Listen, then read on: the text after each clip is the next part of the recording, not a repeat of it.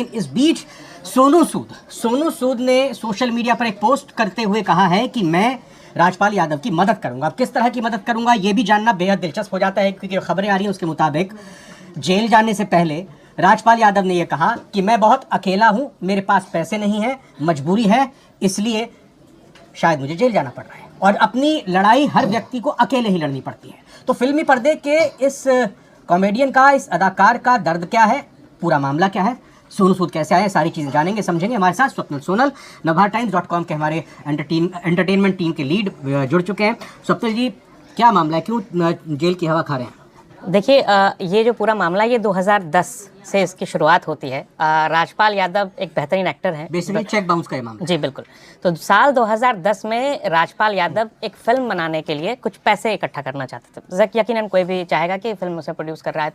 तो राजपाल यादव ने एक फिल्म बनाई थी, अता पता लापता, जो साल 2012 में रिलीज हुई। ठीक है। साल 2010 में मुरली प्रोजेक्ट्स प्राइवेट लिमिटेड, ये उस कंपनी का नाम है जिससे राजपाल यादव ने पैसे कर्ज के तौर पर उधार लिए थे। फिल्म रिलीज हुई, फिल्म पिट गई, कमाई नहीं कर पाई, और उसके बाद से राजपाल यादव इन स्थितियों में आ गए कि वो उसका कर्ज चुका नहीं पाए। तो ये शुरुआत तब से हुई। हाँ, हमने इससे पहले भी, चूंकि जो हमारे दर्शक हैं जो राजपाल यादव और फिल्म फ्रेटर्निटी को फॉलो करते हैं, वो जानते होंगे कि ये मामला नया नहीं है। कई बार ये चीज़ें आ चुकी हैं। राजपाल यादव को इससे पहले भी कोर्ट ने फटकारा था। तो जब जिन्होंने कर्ज दिया था, जिस प्राइवेट लिमिटेड कंपनी ने, वो कोर्ट पहुंचे, उसने निचली अदालत में सबसे पहले अपना रुख किया। निचली अदालत ने राजपाल यादव को 6 महीने की सजा सुनाई। अच्छा। कि आप पैसे नहीं चुका रहे, कर्ज नहीं दे पा रहे हैं, तो आपको 6 महीने की चेक बाउंस हो चुके थे, चेक बाउंस कमिटमेंट थी। तब पहली दफा जो थी वो कमिटमेंट थी। ओके। उसके बाद राजपाल यादव जो है वो सेशन कोर्ट पहुंचे। सेशन कोर्ट ने भी उस सजा को बरकरार रखा। फिर मामला हाई कोर्ट पहुंचा। जब मामला हाई कोर्ट पहुंचा तो राजपाल यादव ने उस समय कोर्ट से ये कहा कि मैं पैसा चुका दूंगा, मैं पैसों व्यवस्था कर रहा हूँ पैसों की, जो भी चीजें उन्होंने आश्वासन एक तरीके से कोर्ट में ये दिया था। इसके बाद उन्होंने कई सारे चेक्स दिए जो चेक बाउंस हो गए। अब एक चीज़ समझना है कि हमारे देश में चेक बाउंस को लेकर के है जो है बहुत सख्त नियम है। 2 साल तक कैद की सज़ा है उसमें। तो अब जब मामला कोर्ट पहुंचा, और कोर्ट में भी कई बार होते हैं कि क्योंकि अलग अलग डेट्स पे सुनवाई होती है, राजपाल यादव के वकील पहुंचते हैं और उधर से जो लिमिटेड कंपनी थी उसके वकील पहुंचते हैं। राजपाल यादव ने कई बार आश्वासन दिया।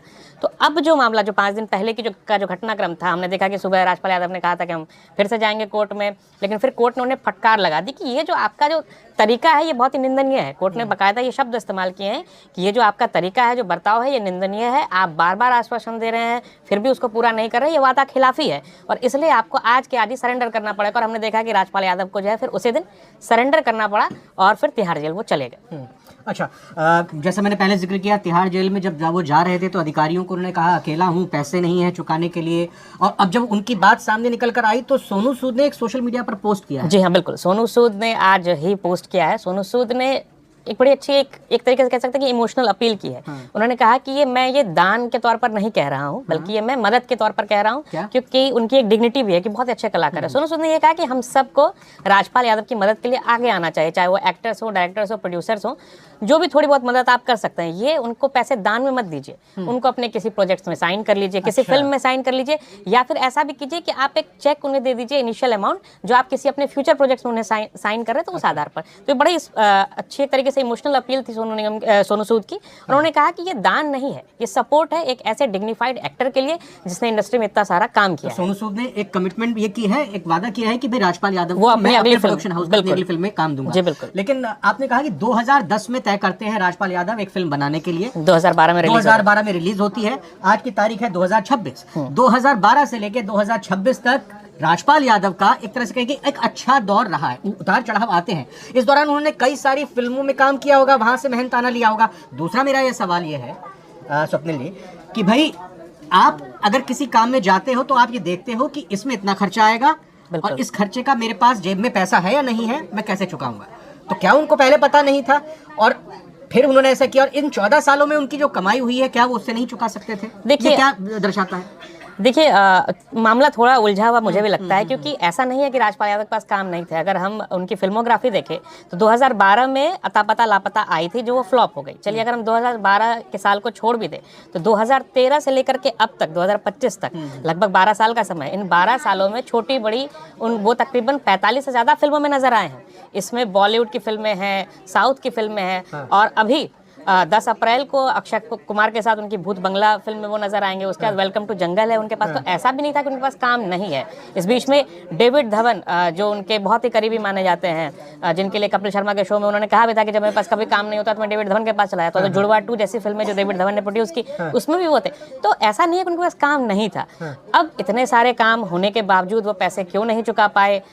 हो सकता है कई बार एक्टर्स की खुद की निजी कुछ ज़रूरतें उस तरह से होती हैं, या फिर कई मामलों में इंसान फंसा होता है। 2 बेटियां हैं उनकी परवरिश भी कर रहे हैं, तमाम चीज़ें हैं।